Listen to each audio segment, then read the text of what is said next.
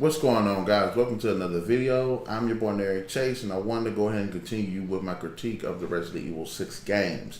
In this video, I will specifically be focusing on the Chris campaign, things I liked about it, as well as things I didn't like about it.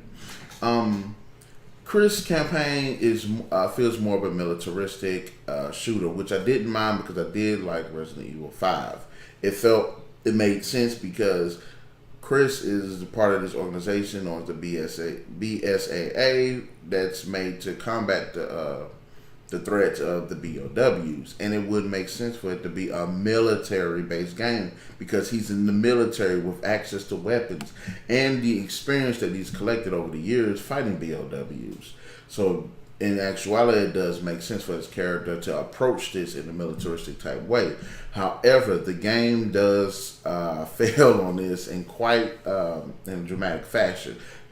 Now, that isn't to say that there ain't no good coming from this game, his campaign, because I really enjoyed it, especially when it's his military squadron versus the enemy's military squadron, and how those characters are actually able to combat in organized fashion, which I thought was awesome.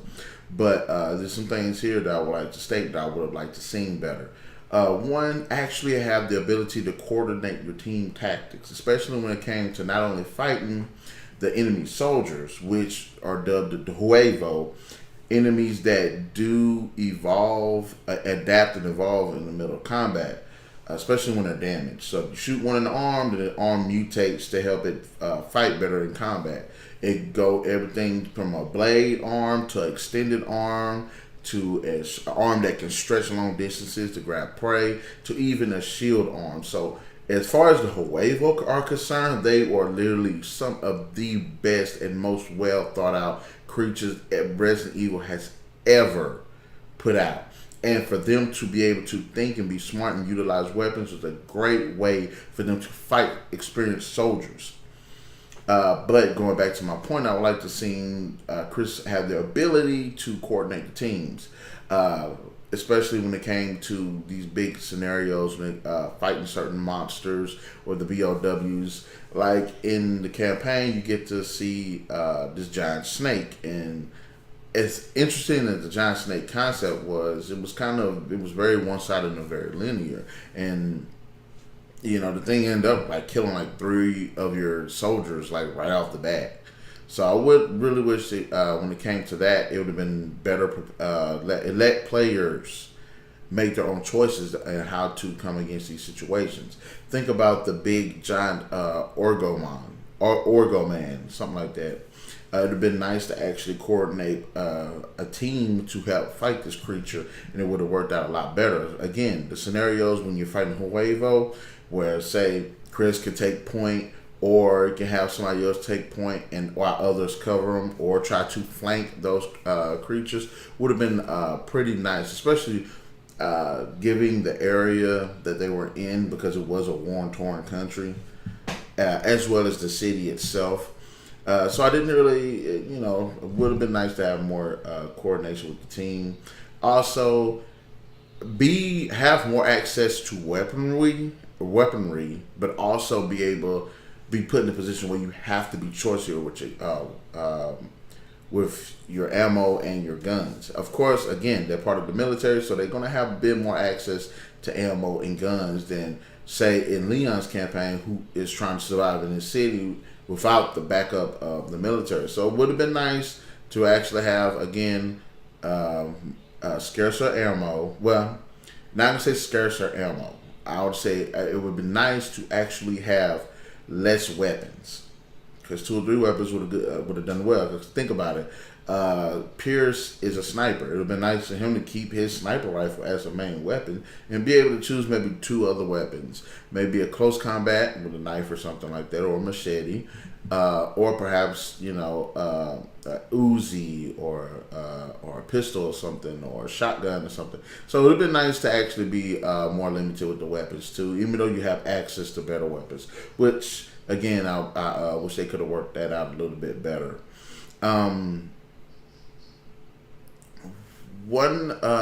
I didn't mind the story of Chris being an amnesiac. because of the events that happened in the game.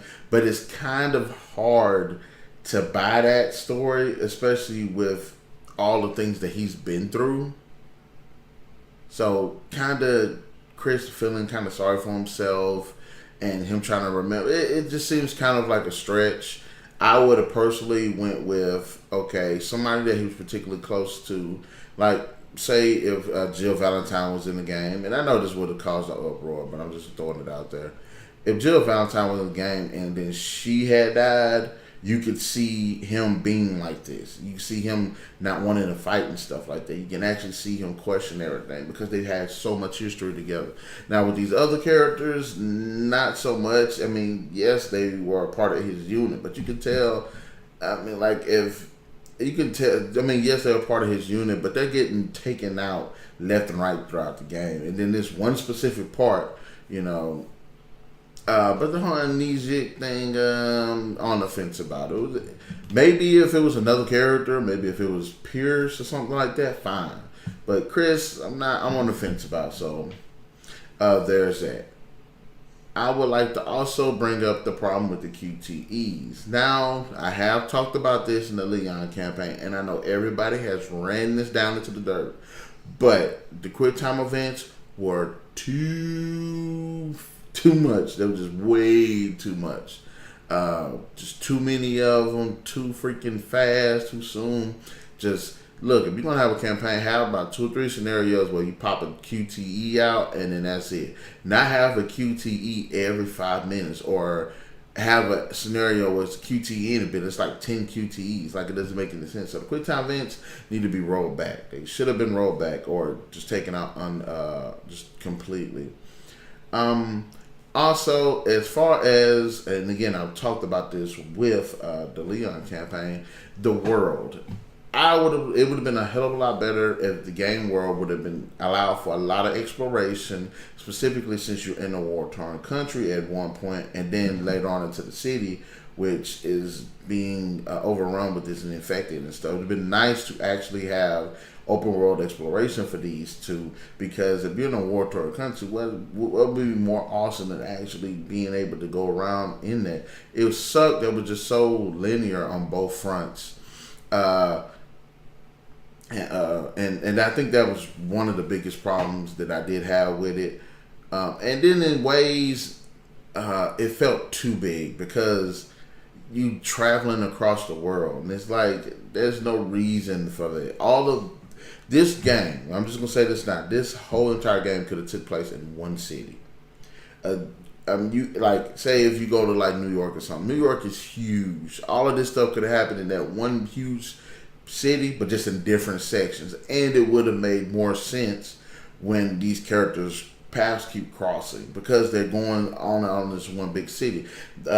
A big example of this is the car chase with Ada. That is literally the most fast-paced, most insane, I could not keep up with it. I still can't keep up with it. I don't be knowing how the hell we catch her. I don't be understanding how the hell we do any of this stuff because it's like so fast paced and over the top. Also, the jet scene where you're fighting the Ogre Man, I'll just say it like that. But when you're fighting that, it just feels, it doesn't feel cool. I mean, I could understand if like other characters were doing that stuff in the background while you were dealing with things on the ground.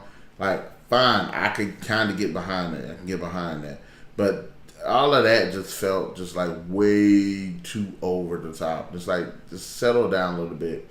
But like I said, as far as the open world aspect and it just being way too broad, I think the game should have just brought it down a little bit more and focused more on this war-torn city where the Hawaii Void is doing things, the zombies are doing things, the BOW doing things, but the military, the BSAA is there to handle the job and Chris lead the charge. So I wish they would have worked that out a little bit better. Also, the Chaos fight was an interesting fight. And one thing I don't like about it is where it took place. Like, it took place in this place underwater, and if we're going to go with plausibility, it should have just been like in kind of like in the first Resident Evil movie where you had the and even in Resident Evil 2, you know, the laboratory is under the city underground. Like it would have came out better playing off like that. But it to be underwater and then have all of this over the top chase sequence and all of that, it didn't really work out for me. And it's an interesting idea, yes, but the execution of it was terrible. And lastly, I would like to talk about Ada and the whole Ada Carla thing. I think that actually she was probably the better of the antagonists of the game, because you actually think it is Ada, but it's actually this woman cloned to look like Ada. And the reason being is, but she's actually a pretty cool character, and I like the direction that the character was going. I would have liked to have more on her character, more about her motivation, more about her audiobooks, journals, stuff like that. I said audiobooks. You know, audio and stuff like that, more tapes or something like that. Give us more about the character as well as the interactions, and I think that would have worked a lot better. But those are just my general thoughts about the whole Chris campaign. Yes, I like the fact that it was more militaristic in style because he's in the military that fights BOWs, and only a dumbass would say, well, this should be survival horror. No, this dude is a veteran with the military. There's no reason for it to be no survival horror with his campaign. The Huevo were great, enemies to fight, considering, okay, if the bad guys are going to have, if the good guys are going to have the BSAA, we need some bad guys. And the bad guys need what? It'd be nice. It was great to see the Huevo because they were actually challenging bad guys that were good. So, but anyways, guys, you heard my thoughts about the Chris campaign in the comment section below. Let me know, what did you think about the points, and tell me some points that you would like to see that I didn't think of. Also, be sure to hit that like, share, subscribe, and that notification button to get the best of what's going on this channel. And guys, Narik is going to sign out, and can't wait to see y'all on the next Resident Evil campaign critiques. All right, peace.